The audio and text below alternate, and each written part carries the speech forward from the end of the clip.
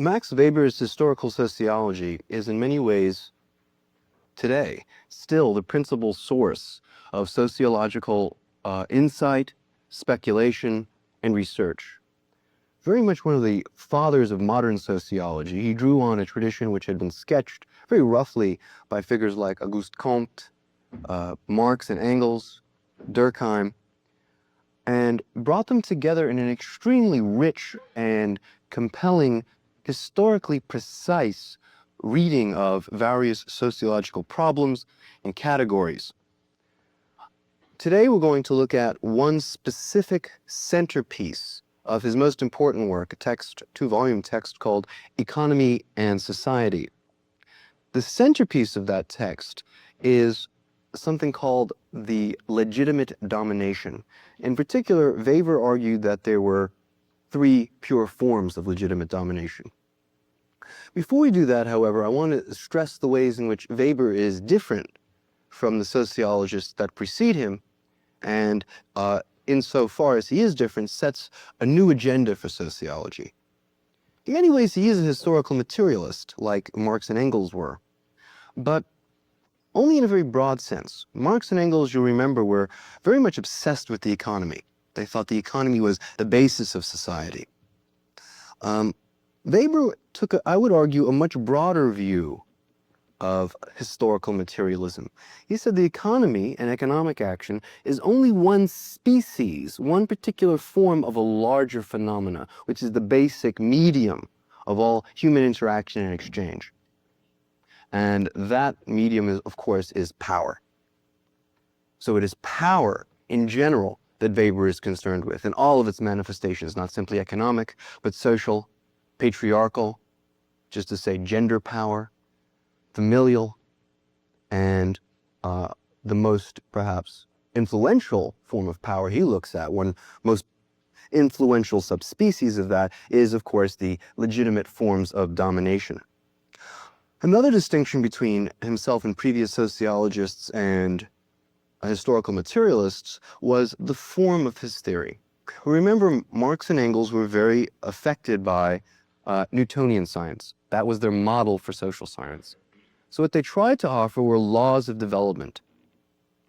Weber is far more influenced by the Darwinian revolution. So what he offers, as opposed to the sort of deductive laws one would expect from physics, is rather the taxonomic schemes of categorization that one finds in biology. And these taxonomic schemes allowed Weber to do something we would call cross-historical analysis, which is to say, he would find a positive scheme and then look at it, how that scheme worked out in different historical epochs, within a single culture, and then in different geographic areas. How, for instance, one form of authority, which was essentially the same in, say, China and India in a certain period, took on distinct forms because of, say, geographic factors or economic factors in those societies. Weber also sought, far more so than any other sociologist before or since, a value-neutral analysis of sociology. He was passionately committed to the doctrine that there should be no passion in sociology. He took as a political credo the view that one ought not have a political credo if one is a sociologist, particularly in their work. This fact-value distinction has been philosophically challenged, and I think rightly so, and it has also been challenged as a general pedagogical strategy, but I think very often we take Weber out of his context. What disturbed Weber was, in his own context, which is to say, in German academia around the turn of the century, he feared that all too many sociologists and professors in general were using their lectures to preach a particular political ideology to their students. And he was very much afraid that this was the harbinger of a new sort of brainwashing. And he very much wanted to be clear that any sociological theory should not be designed and expressed so that it can be the handmaid of a particular political party or particular political worldview. Not to say Weber did not have his own political opinions. He did, and they were very profound and pronounced. And he had no reluctance to express them, but he always expressed them distinctly from his sociological discussions. Right? There were two different things, and they could well be related. But if you wanted to make political inferences from your sociology, it was best to do that in a political context and not in an academic context. Okay. So now, to return to that centerpiece of economy and society, the formulation of the three pure types of legitimate domination or authority. And the word in German is Herrschaft, and will become very important in the next lecture. Weber defines domination as, and I quote, the probability that certain specific commands, possibly all commands, will be obeyed by a given group of persons. So it's a purely behavioral criteria, purely observable. Domination is therefore only one particular species of power. And while it might be partially supported by, say, for instance, custom, it is customary, for example, to follow orders and to do what authorities say. It might be supported by personal material interests. If one works for an authority, one has an interest in supporting that authority.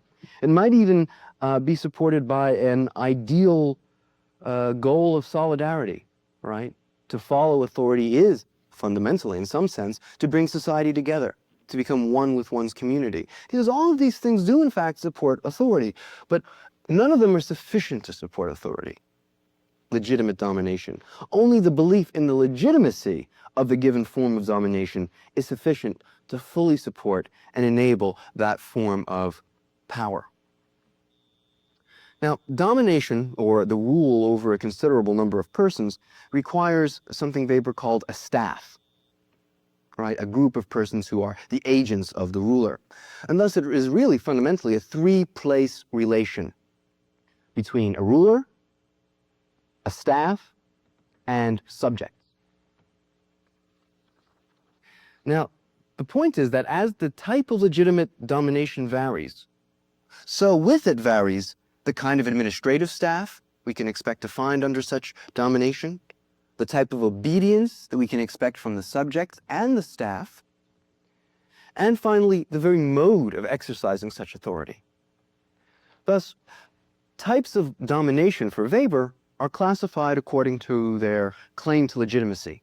What are the grounds of the legitimation of this sort of authority? And he basically says there are three such grounds, right? Three ways of legitimating any particular authority. The first is rational grounds. These rest on the belief that the enacted rules are legal in some sense, and that those who are elevated to authority have a right to be elevated to that authority under the rules of such legal stipulations. And in fact, they have the legal right to issue commands. And Weber calls this form of domination legal authority. The second form of legitimate domination, or second ground, I should say, for legitimate domination are what he calls traditional grounds. And these rest on the belief that that there is a sanctity to immemorial traditions, what we might call the good old ways, and that there is a legitimacy of those who exercise authority under them according to the good old ways. And this Weber calls traditional authority. And finally, the third form, or the third grounding for authority, is what he calls charismatic grounds. And this was, in many ways, the most startling innovation of Weber's, the positing of charismatic authority. This form of authority rests on devotion to the exceptional sanctity, heroism, or exemplary character of an individual who is said to have, quote, charisma, and the normative pattern or order that is revealed and expressed, perhaps even ordained by that figure. And that is, of course, charismatic authority. I will give you some detail as to each of these various forms of authority, but first I want to make some sort of general comments about them so that they're not misunderstood. First, it ought to be noted, these three forms of authority are not always found in their pure form, right? In fact, they're archetypes, like Jungian archetypes. They're posits of a pure, natural sort of model, as opposed to an actual specific historical phenomena. They're not mutually exclusive. In fact, we should expect to find in any given institutional organization that there may well be more than one mode of legitimating authority. In fact, within any society, we'll find that there are different modes of legitimation for different institutions and organizations. But here, I think, is the really fascinating part of, and the real strength of Weber's posit, is that these three forms of domination range over all the imaginable institutions in any given society. And when I say that, I don't simply mean government institutions. The family is an institution, isn't it? And it has, in different epochs, different grounds of legitimation. Private social clubs, right? The Elks Lodge or Freemasons are institutions which are subsumed under one of these three categories of domination. Political parties, state institutions, courts, and even military organizations have their own distinct modes of legitimation. They draw on one of these three pure types or mix them. Okay, let us then turn to legal authority. Its purest form is that with a bureaucratic administrative staff. And that is, as it were, the archetype of legal authority. Now, the first form that it took actually was not quite pure. It had a collegial staff. And indeed, one can think of, say, the British Parliament originally as just that. The king is the ruler, and Lords and Commons are the collegial staff. He says that's not the pure archetype. That's a transitional phase. The pure archetype is when that staff is purely bureaucratic. And this pure type of legitimate authority rests on 5 basic beliefs. The first is that any legal norm can be established by agreement or imposition on the basis of expediency or, quote, morality. And at least the members of the organization, which is to say the staff, must obey. Right? As long as that is internalized by the staff, that's one of the 5 basic presuppositions or beliefs that legitimate legal authority. The second is that every body of law is believed to be a consistent system of abstract rules, which have been intentionally created. Right? Hence the need for legislative law as opposed to, say, common law, which is purely based on tradition. The third belief is that even the officials of the bureaucratic staff and the ruler are subject to the universal legal norms. And we have an excellent example in our own legal system in that our judges and our government officials are all impeachable if they violate the laws which they rule over. Fourthly, a person who obeys authority does so as a, quote, member of the organization. And what is obeyed is not the ruler, but the law, right? The ruler is simply the carrier, the bearer of the law. It is the law itself which one obeys. And of course, if you think about American legal practice, it's quite clear you don't obey the judge. The judge tells you the law, you obey the law. Fifthly, and finally, members of the organization obey superiors solely as placeholders in an impersonal order. This will become very important when we contrast this with traditional authority, because it is not a tie of personal loyalty, which creates obedience. You do not obey your boss because, well, I really admire this guy and anything he says is fine by me. You obey him because he fills a specific spot in a hierarchy and acts according to the rules imposed by that hierarchy. So you're actually obeying the rules, not the person. And it is characterized by 7 features. First, there is a continuous rule-bound conduct, right? Which means that not only is the legal authority constantly being imposed and enacted, but it is constantly being imposed and enacted on the basis of written rules, formulated rules. Moreover, such legal authority has a very specified sphere of conduct written into the rules, right? There's a domain on which legal authority can intrude and a domain in which it cannot. And that's very clearly specified.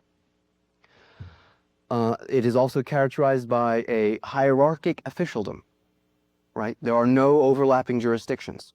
There are distinct courts for civil cases, distinct courts for criminal cases. Fourthly, there is a specialized training for officials. Right? One does not inherit the position of an official as one might in the House of Lords. One does not gain it, hopefully, as a result of the spoils system in politics. That's a previous mode of domination. There is always specialized training. One must go to law school for a certain number of years. One must take training to pass a civil service exam, a foreign service exam, etc. There is a sharp disjuncture between staff members and owners. This is very, very important because consider a corporation, right, which is based on legal bureaucratic staff. It's essentially the same mode of domination. Therein, the people who staff the corporation are not the same as the owners, and it would be a conflict of interest if they were. The owners are the shareholders, right? The CEOs and the various corporate officials are the staff members. Right? So that's that very strong disjuncture so that you can follow rules as opposed to follow interest.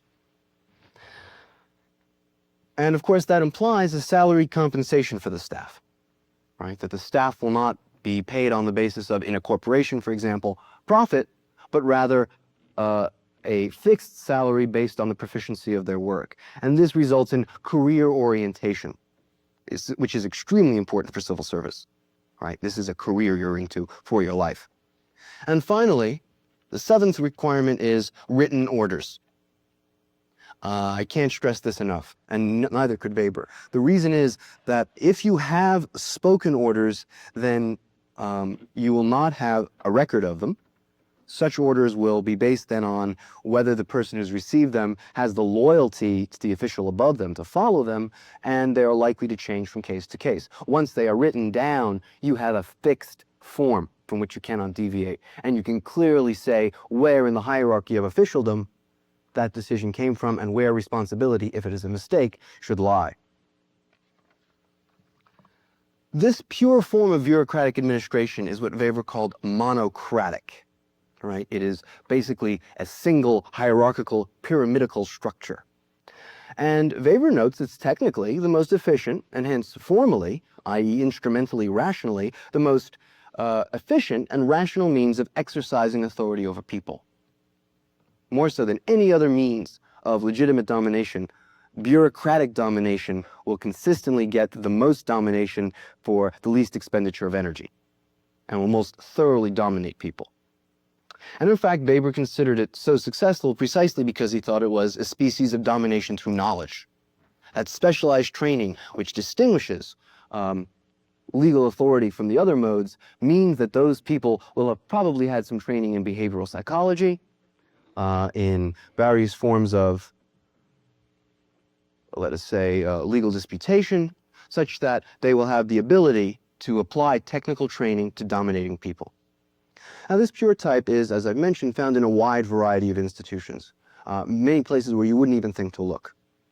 All corporations that are large are legal bureaucratic domination. It's particularly over their staffs and members. Hospitals, right? You notice you go into a hospital sick, they don't immediately say, oh, okay, well, what's wrong with you? They immediately say, please fill out this form. Schools, right? Think of all the paperwork that has to be filled out in schools. If you want to transfer a teacher from one public school to another in, say, a large city, you have to go to the head of the bureaucratic officialdom that controls that school system and file the correct papers. Since at least the end of the beginning of the Protestant Reformation, priests in churches, right, are in fact bureaucratic officials. Specifically, ever since the offices of priests were no longer capable of being appropriated by nobles. Once you can no longer buy a benefice for your, poor younger brother who's not that bright, so you want him to become a priest and give him a nice little job, once you can no longer do that, that becomes a bureaucratic position filled by a hierarchy of bishops and cardinals and various officials who study the papers that they're submitted of applicants for positions and fill them on the basis of whatever rules they have internally regulated or posited. Political parties are purely bureaucratic, aren't they? They have national chairmen, they have committees with rules, they hire many lawyers to draw up their various structures. Even modern armies right, in the last 2 centuries have become bureaucratic organizations, as reflected by people like chief of staff, staff sergeant, various figures. And everywhere there you will see, again, written orders, the belief in that the chairman of the Joint Chiefs of Staff embodies the rules. It's not a question of personal charisma. Now, bureaucratic domination, Weber argued, tends to produce 3 distinct social consequences. The first is what he called social leveling on behalf of, or in favor of, technical competence. And what he points out here is, in many societies, there are all sorts of ways of distinguishing better, quote, groups from worse groups. Ethnic grounds, racial grounds, class grounds. Bureaucratic domination tends to undermine all of those distinctions. Why? Because it is technically most feasible for a bureaucratic administration to try and get as many technically qualified people as it possibly can. And so it tends not to notice whether you're a woman or a man, right? Whether you're black or white, whether you're a member of this religion or that religion. As long as you have this sufficient training and you can fit your place in the position, it will produce that social leveling result purely in favor of who has technical expertise. It also tends to produce something Weber called plutocracy. A plutocracy in the interest of extending the period of technical training for bureaucratic officials. Weber noted that by his time, in the early 20th century, there were officials already who had not completed their training until they were 30 years old. And it's already extended beyond that in our own day. And he says the officials themselves have an interest in extending this education as long as possible. I think this is a very prescient insight. He's a college instructor. He knows it's a lot more fun to go to college and graduate school than it is to actually work for a living. So if you can extend that training as long as possible, and it's going to be state funded if you're going to go into that bureaucratic slot, you'll do it till you're 60, work for 5 years, retire, and get a pension. And he says, so that's an interest you have to be aware of in bureaucracy, the tendency to, without any possible excuse, just extend the amount of education you need for the position. Finally, he argues the third consequence, socially, is it produces what he called a spirit of cold, formalistic impersonality. Now, I know you've all had relations with bureaucracy and have probably never noticed that, but he believed that, in fact, that was the case. It tended to create a very impersonal system of social interrelation. So much for bureaucratic authority, or legal authority. Let's turn to traditional authority. In such a case, the ruler is not a, quote, superior, a higher position in a officialdom or hierarchy, but rather a personal master. So the staff is not comprised of technical experts, but rather personal retainers. And the ruled are either comrades or subjects, in the sense of those who will follow my orders, and never members. A very different way of thinking of society, right? In bureaucratic legal authority, we think of various people in the society as members of that society. In traditional authority, you think of them as subjects, subject to authority. They're not members. So what binds the staff to the ruler, or to the master, better yet, is personal loyalty. And obedience is not to some set of abstract rules, but rather to a person who holds a position of authority by tradition. Some of the master's actions, in fact, are bound by tradition. And this suggests a real limitation to what the master can do, and a significant limitation. If he ever goes beyond his traditional rights, there is a danger that he will foment something that he called a traditionalist revolution. Right? Consider, for example, the various movies you've seen about the story of Robin Hood. Robin Hood is a traditionalist revolution. Right? He's not arguing for a new system. He's not arguing for we have to create a better society. He's saying, you've deviated, King John, from the good old ways. You've encroached on traditional rights of Anglo-Saxons. So we're going to go back to the good old ways. That's a traditionalist revolution. Most peasant revolutions are traditionalist revolutions. They don't want to create a new society. They fear that the master is trying to create a new society. They want to go back to what they know and are comfortable with. Clearly, in such a context, the creation of law by legislation is just out of the question, right? The only thing that bears legitimacy are the good old ways. If you want to create a new law in traditional authority, what you have to do is get some scribe to go over the old law books and find a precedent that 3,000 years ago and say, you know, we haven't been following the good old ways for the last 200 years. We have to go back to the right ways. There is no way of creating new laws with any basis besides precedent and tradition. Now, the staff of the ruler in traditional authority is recruited either patrimonially or extra-patrimonially. Patrimonial recruitment is done from persons who owe the chief traditional ties of loyalty. Such persons would include kinsmen, slaves, household officials, retainers, physicians, eunuchs, clients, freedmen. And if we think of examples, the Sultan of Egypt, right, his closest, at one point, one of his closest officials, or rather I should say retainers, closest member of his staff, was his personal physician. I believe it was Moses Maimonides for some time. You'll find in many of the Roman emperors chose slaves to be their chief counselors, because these are people who owed personal ties of loyalty and could be trusted. Similarly, you might free a man and then turn him into one of your personal retainers and officials, precisely because this man owed you a personal debt. And kinsmen, of course, work very nicely as well. Extra-patrimonial recruitment includes personal favorites. Such personal favorites very often are the cause of traditional revolutions, right? Choosing Buckingham, for instance, for, I think it was King Charles II of England. It could include vassals, people who are below you in the social structure and owe you a tie of obedience. And freemen, not to be confused with freedmen, people who've been freed, but people who are free, were born free, and who voluntarily become officials. In fact, it's this last group, Weber argues, that is often the origin of bureaucracy. People who say, I will, of my own volition, enter your service, and very quickly begin to transform the staff into one of technical training and expertise. In traditional rule, jurisdictions, unlike in bureaucratic rule, constantly overlap. In fact, it's a benefit if they do overlap. And whenever they do overlap and there's a conflict, it's the master or lord who adjudicates the issue.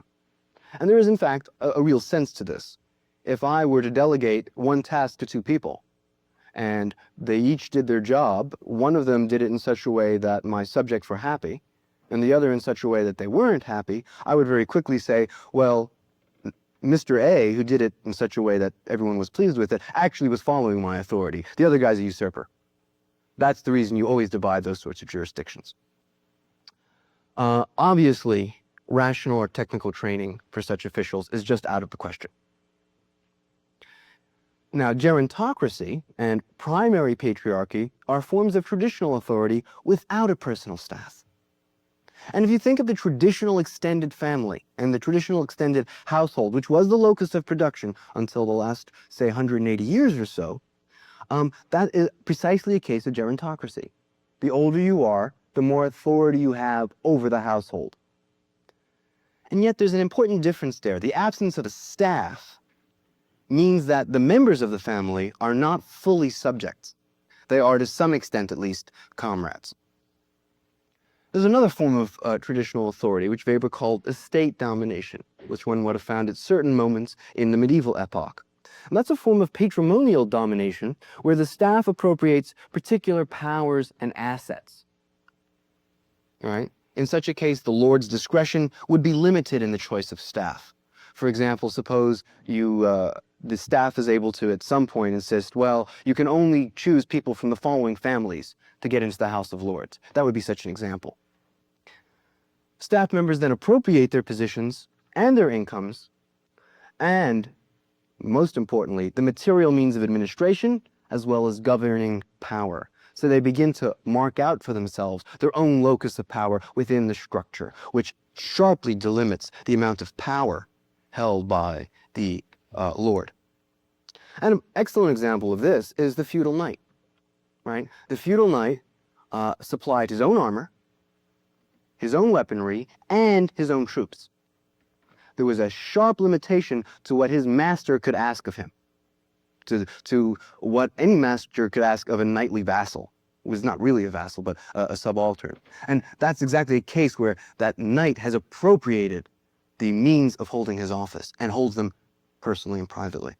Now, patrimonial retainers receive support from one of 5 distinct sources. The first is the Lord's table, right? And this is simply that you live in the castle with the Lord, if you're a knight, for example, and you eat at his table, and that's all of what you get.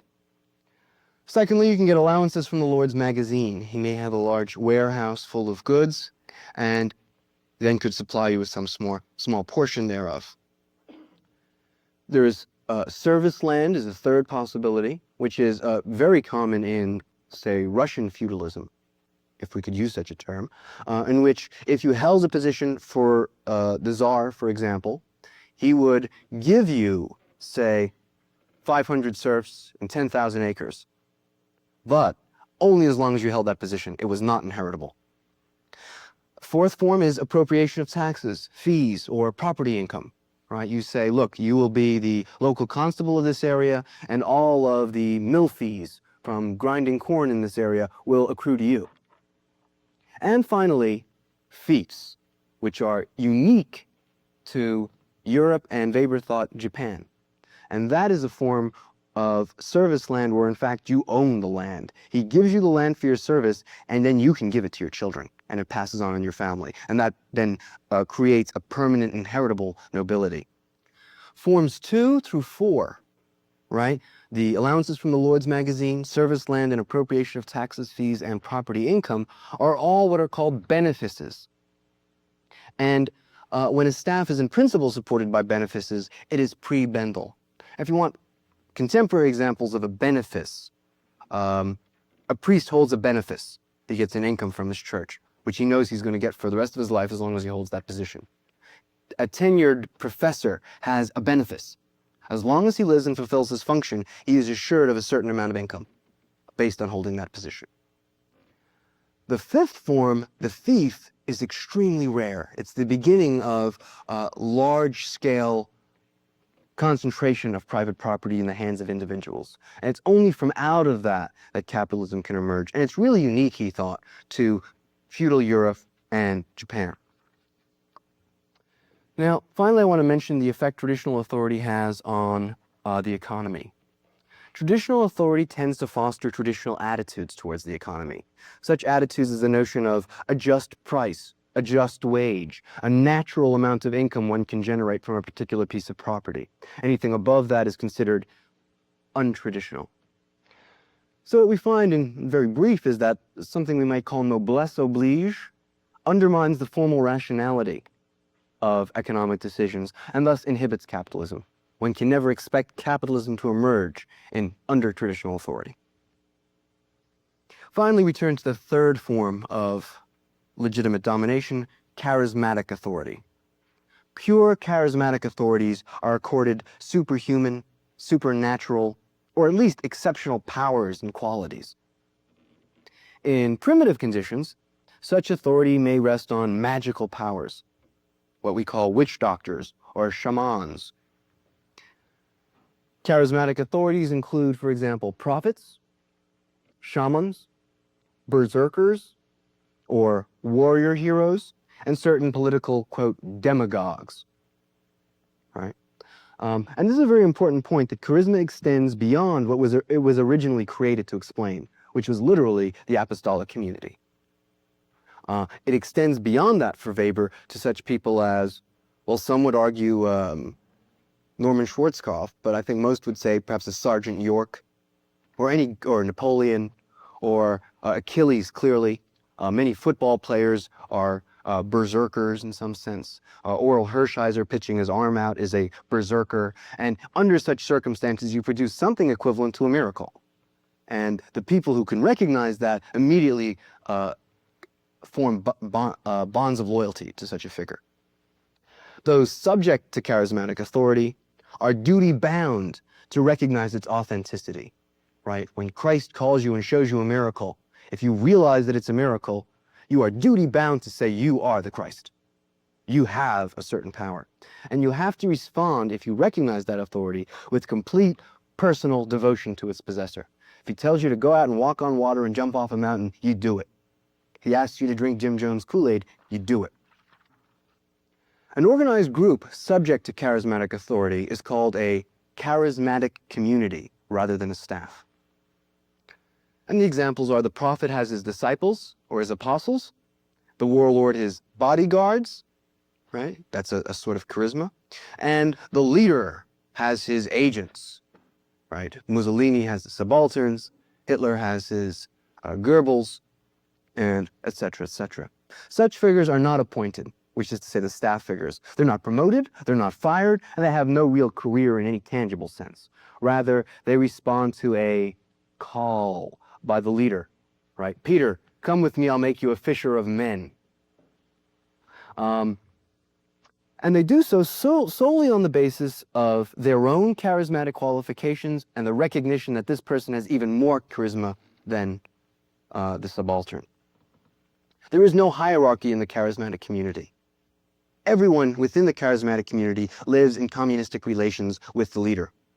Right? And this is found in the Acts of the Apostles, right, where everybody gives each according to his ability and takes, or each according to his ability gives and takes according to his needs, and no one keeps an accounting.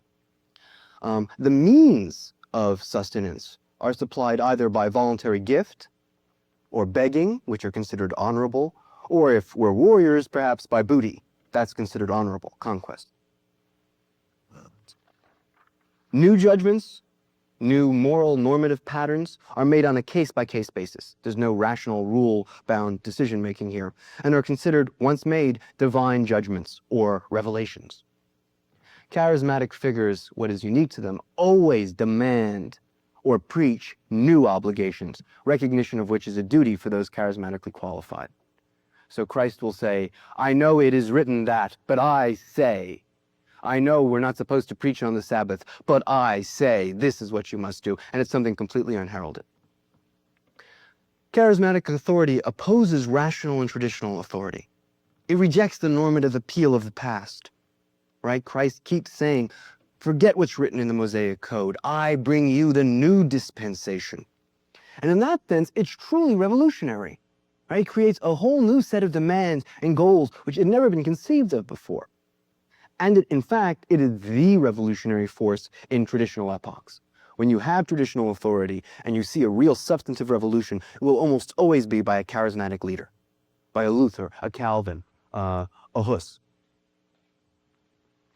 The only basis for legitimacy that charismatic communities recognize is personal charisma. And that personal charisma is recognized only as long as it continues to produce miracles. Right? And a classic example of this is in warrior charisma. When two people fight for the same position of charismatic authority, let us say in Homer's Iliad, Achilles and Agamemnon.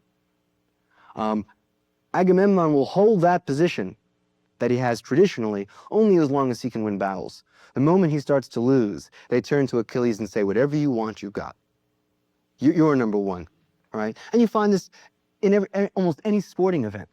You've got the great player on the team, and if he can't get the job done, all of a sudden people don't look at him the same way. And if a new guy emerges and he can get the job done, everyone calls him a, quote, leader, no matter what he's like off the field. It's if you can produce those miracles. Now, charismatic authority also opposes traditional or rational economizing and regular income. Any sort of a job, if you're a charismatic figure, you can't have a job. If you're in a charismatic community, you can't have a job. And the reason is such regular employment undermines the claim of otherworldliness. Right? So the only legitimate ways, if you're a charismatic figure, of getting money are begging, maybe stealing, that's okay. I mean, that's honorable, actually. But never take a job. Never get a regular source of income, because then you're attached to this world rather than the other world. You're not transcending. The one drawback to charismatic authority is that it's inherently unstable and becomes either traditionalized, rationalized, or both. This is in part, this rationalization or traditionalization, a result of the followers' either ideal or material interests in the movement after the death of the leader. And here again, he's looking specifically at the case of the apostolic community. Christ dies, everyone might as well just go home now, live their lives normally, and read the text, but rather they have either an ideal interest in believing that they're chosen or a material interest in getting some power over a new church, in keeping this movement alive somehow after his death. So they have to create a new leader, have to find a new leader structure. Such routinization then devolves on how you choose the new leader. And there's really only 6 different ways that Weber says we find in all of human history of finding a new charismatic leader. 1, you can search for a new leader on the basis of some criteria you'll have. The example he draws is the choice of the new Dalai Lama. Right? Whenever the head of the Lamaist Buddhist sect dies, they go out to find a new Dalai Lama. And I'm not exactly sure what the criterion are, but they apparently have them because they go and visit all of these children and they find one riding a bicycle and he has just the right look in his eye and they say, well, that's him. That's the charismatic leader. And from there on in, he is something equivalent to an avatar. He's a bodhisattva. Secondly, it can be done by revelation, which is manifest in oracles, lots, or anything of that nature. Right? You put all the names on of potential leaders in a bowl and pull one out, and God chose it, whatever name comes up. And that confers charismatic authority. You can use the old leader's choice. Right? That's in fact what happened with the apostolic community. Christ said, Peter, you will be the rock of my church. And he names him Peter from Simon. Says, you will be the rock of my church. You will take over after I die. There can be designation by a charismatically qualified staff and recognition by the community.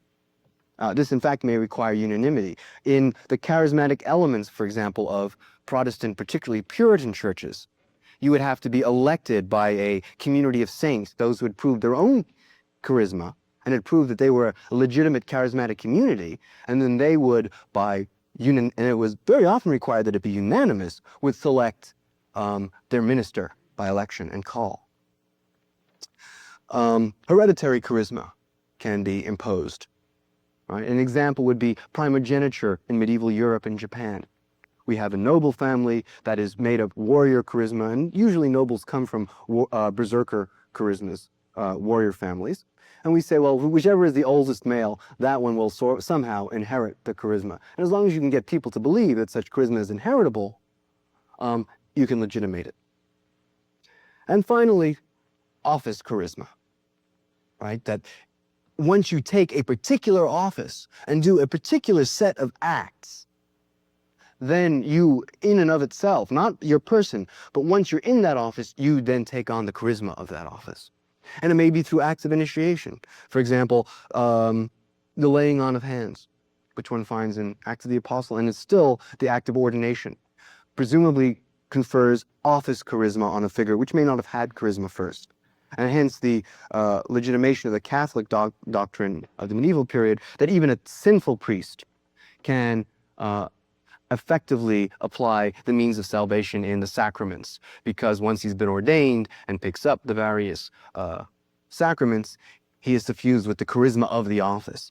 And of course, the best example of this is the Pope, right? The papacy is the highest form of office charisma, and it is, you'll note, chosen by the designation of a charismatically qualified group of community, the College of Cardinals.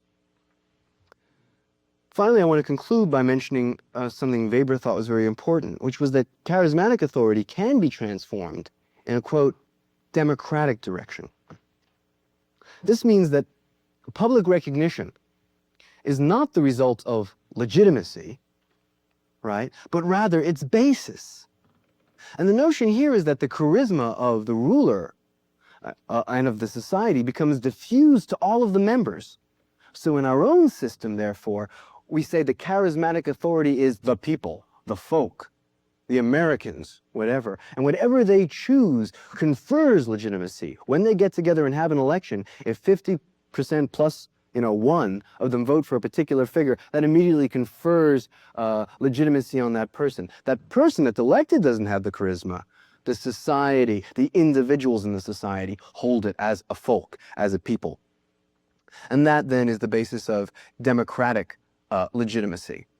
Now, I want to offer one more form of, quote, democracy that Weber contrasts with each of these modes, something he calls illegitimate domination. And he says it's found in the city.